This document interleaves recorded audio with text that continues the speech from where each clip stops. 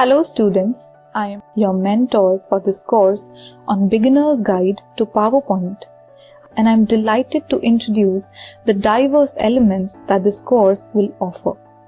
So basically, it is a beginner's course, that is a basic course on PowerPoint, because I believe that it is of utmost importance for students of this generation and also for working professionals at any kind of workplace.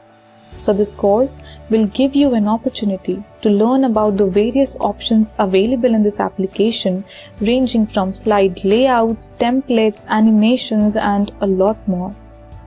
We will be focusing on some important tabs in this application that provide you options to enhance your creativity and your overall presentation.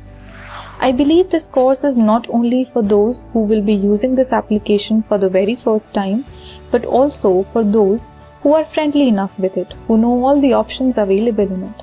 Because I will be teaching about the important aspects and the purpose of these options.